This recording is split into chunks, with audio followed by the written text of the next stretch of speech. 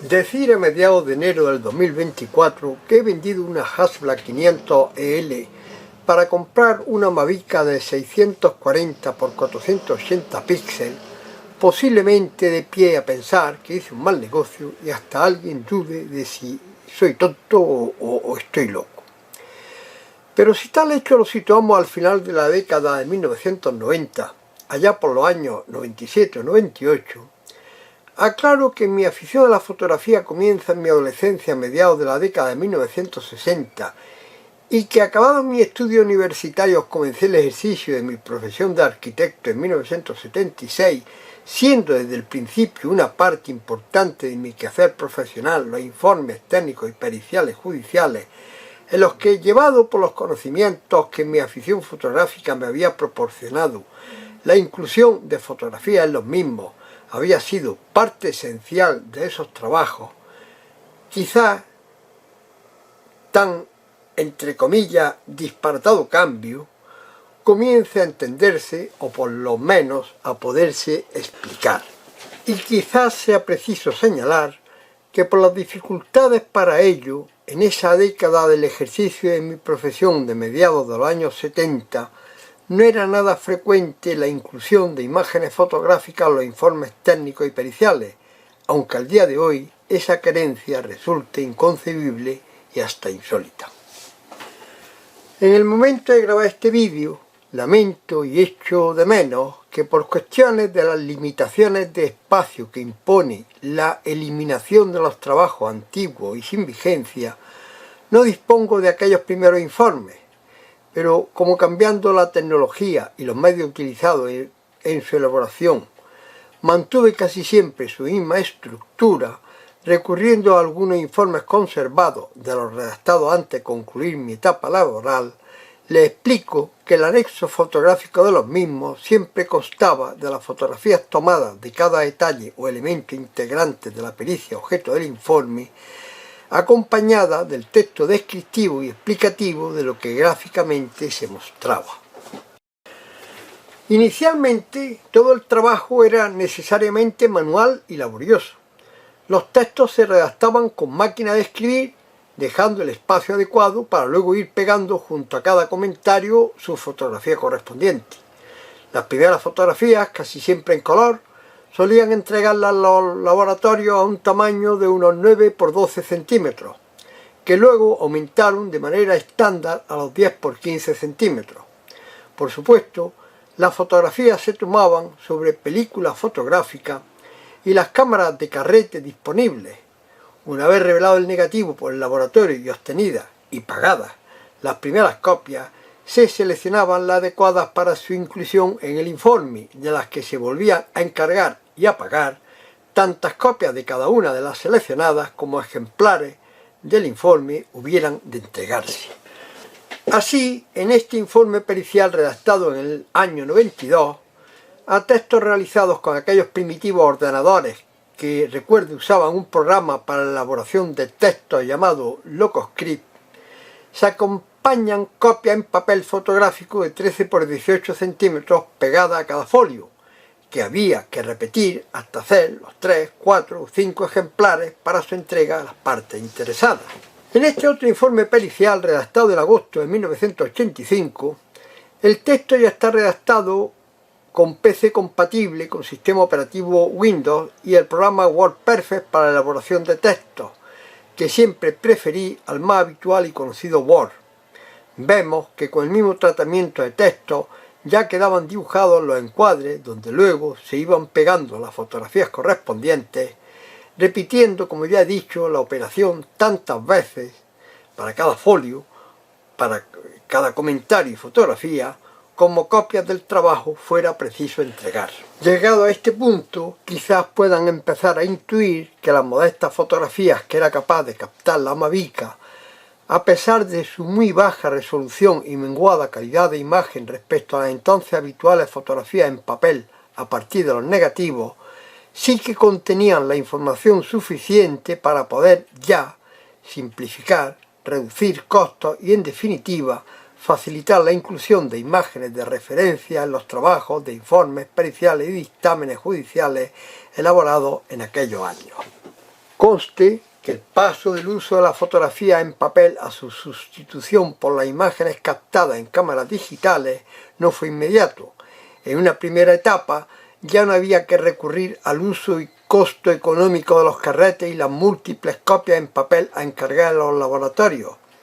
Pero la limitación de capacidad de los ordenadores e impresoras de los años 90 tampoco permitía la inclusión directa de muchas fotografías en los textos escritos, que ralentizaba su funcionamiento e incluso impedía su posterior impresión. En esa primera etapa del paso de la fotografía en papel, pegada a la hoja de los informes, a su inclusión directa en los escritos, la evolución fue progresiva. Inicialmente, pues las fotografías que se habían conseguido obtener con la Mavica estaban grabadas en un disquete, los disquetes de 3,5 pulgadas, que en aquel entonces eran el sistema de almacenamiento más generalizado en todos los ordenadores. Estas fotografías había que pasarlas a papel, imprimirlas en las impresoras, que en aquel entonces ya iban cogiendo algo de capacidad y facilitaban el trabajo en ese sentido. Y en este caso la Mavica vino con un programa muy simple, si se quiere hasta infantil, que se llamaba PhotoExpress, y que facilitaba muchísimo la labor tanto de montaje de las fotos en tamaño folio para su impresión en las impresoras domésticas de la oficina, como llegado el caso, el hecho de imprimirla, aunque parezca mentira, era más complicado en programas que ya entonces eran accesibles, como el Photoshop, el PhotoStyle, que este simple programita que yo utilicé durante bastantes años, incluso cuando había superado esta etapa, precisamente por su facilidad de imprimir, de mandar los trabajos a la impresora, con más comodidad de lo que en aquel entonces habían los Photoshop o los PhotoStyle u otros programas disponibles. Una vez impresa esa fotografía en un DIN A4, en un folio, después había que proceder a cortarlas individualmente, individualizarlas, y una vez hecho esto, pues ya podíamos proceder a la hoja que por otra parte habíamos impreso, que como digo yo solía hacer con el WordPerfect. Ya se había quedado el recuadro indicando su situación, pues luego venía el hecho de pegar con un adhesivo esta fotografía dentro de los recuadros, con lo que ya tenemos compuesta la imagen, digamos, matriz. Esta imagen, como antes he dicho, se escaneaba y a partir de su escaneo se volvía a imprimir, ya incorporando texto y fotografía. Esto que puede parecer hoy día algo complicado y retorcido, en aquel entonces,